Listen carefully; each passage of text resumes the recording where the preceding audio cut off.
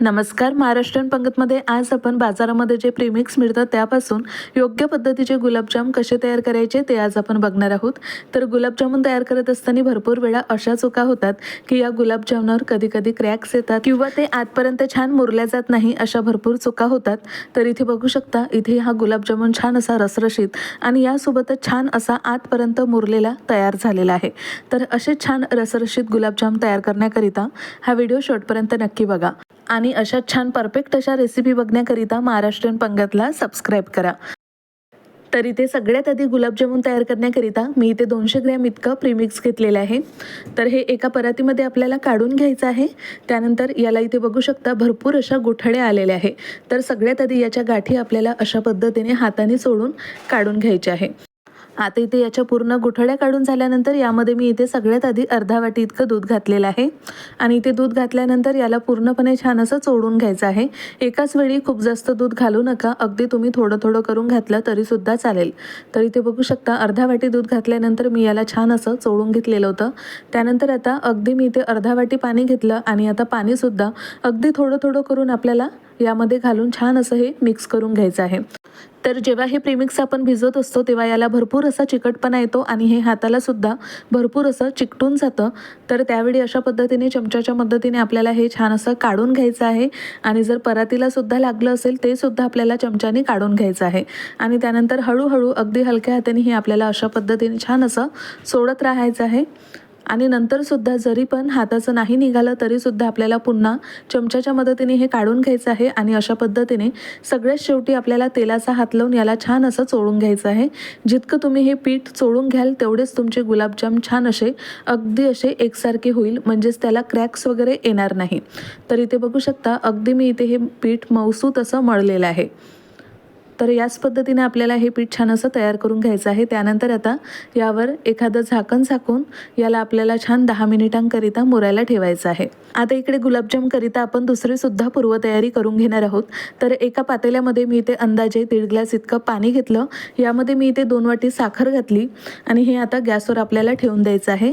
यासोबतच मी इथे 2 ते 3 वेलचीसुद्धा यामध्ये टाकून घेतलेली आहे आणि आता याला छान असं मिक्स करत याचा आपल्याला पाक तयार करून घ्यायचा आहे. तर गुलाबजाम तयार करण्याकरिता आपल्याला 1 तारी किंवा 2 तारी असा कुठलाही पाक करायचा नाही.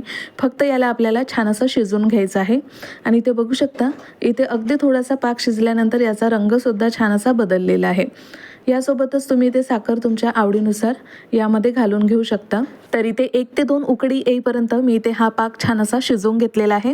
आता इथे हे गुलाबजामचं पीठसुद्धा आपलं मुरलेलं आहे आणि इथे बघू शकता हे भरपूर असं आता ड्राय झालेलं आहे. आधी भरपूर असं मऊसूत होतं. आता हा गोळा आपल्याला पुन्हा असा छान 1-2 मिनिटांकरिता छान असा मळून घ्यायचा आहे आणि त्यानंतर अगदी छोट्या छोट्या आकाराचे आपल्याला किंवा मीडियम आकाराचे छान असे गुलाबजाम तयार करून घ्यायचे आहे.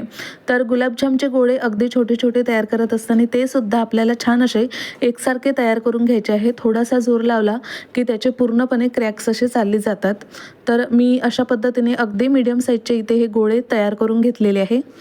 आता इथे गोळेसुद्धा तयार झाले. आता मी इथे 2 बॅचमध्ये हे गुलाबजाम छान असे तळून घेणार आहे.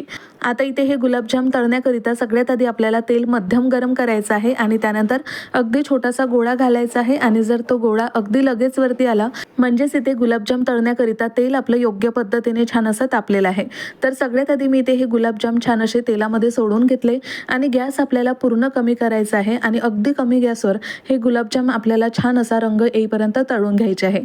तर इथे हे गुलाबजाम छान असे सगळे असे वरती आलेले आहे. त्यानंतर आपल्याला छान असं मध्यंतरी याला हलवत राहायचे आहे आणि सगळीकडून छान असा लालसर रंग येईपर्यंत हे गुलाबजाम आपल्याला अगदी कमी गॅसवर तळून घ्यायचे आहे.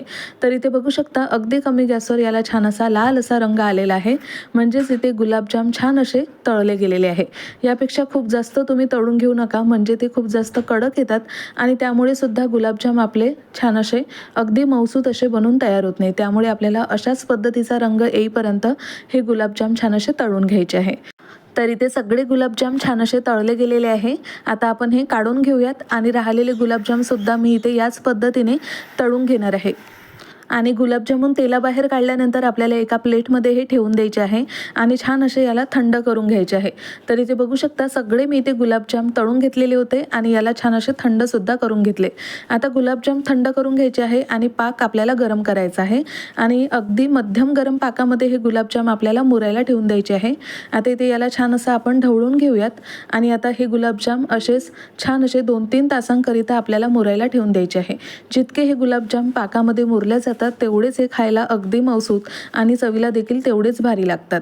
तर इथे या गुलाबजामुनला अगदी 2 ते 3 तास झालेले आहे आणि 2 ते 3 तासानंतर तुम्ही इथे हे गुलाबजाम बघू शकता। छान असा पाक सगळ्या गुलाबजामुननी छान असा शोषून घेतलेला आहे आणि अगदी असे मऊ लुसलुशीत दिसत आहेत। यासोबतच याचा पाकसुद्धा आता कमी झालेला आहे आणि जर तुम्हाला हे गुलाबजाम अगदीच कमी वेळामध्ये मुरून तयार पाहिजे असेल तर तुम्ही हे गुलाबजाम अगदी गरम गरम पाकामध्ये घाला, म्हणजेच हे गुलाबजाम अगदी 1 तासाच्या आतमध्ये मुरून तयार होतात। आणि इथे बघू शकता हे गुलाबजाम छान असे रसरशीत छान असा आतपर्यंत पाक याचा गेलेला आहे आणि मस्त असे मऊ लुसलुशीत अगदी तोंडात टाकताच विरघळणारे हे गुलाबजाम आपले इथे तयार झालेले आहे। आणि इथे बघू शकता आतपर्यंत छान असा पाक सुद्धा गेलेला आहे, आतपर्यंत छान असे रसरशीत बनून तयार आहे। तर इथेही तुम्हाला गुलाबजामुनची रेसिपी कशी वाटली ती मला नक्की कमेंट करून सांगा। आवडल्यास लाईक करा, शेअर करा आणि महत्त्वाचं म्हणजे महाराष्ट्रीयन पंगतला सबस्क्राईब करायला विसरू नका। भेटूया पुन्हा अशाच एका छान नवीन रेसिपीसोबत, तोपर्यंत धन्यवाद।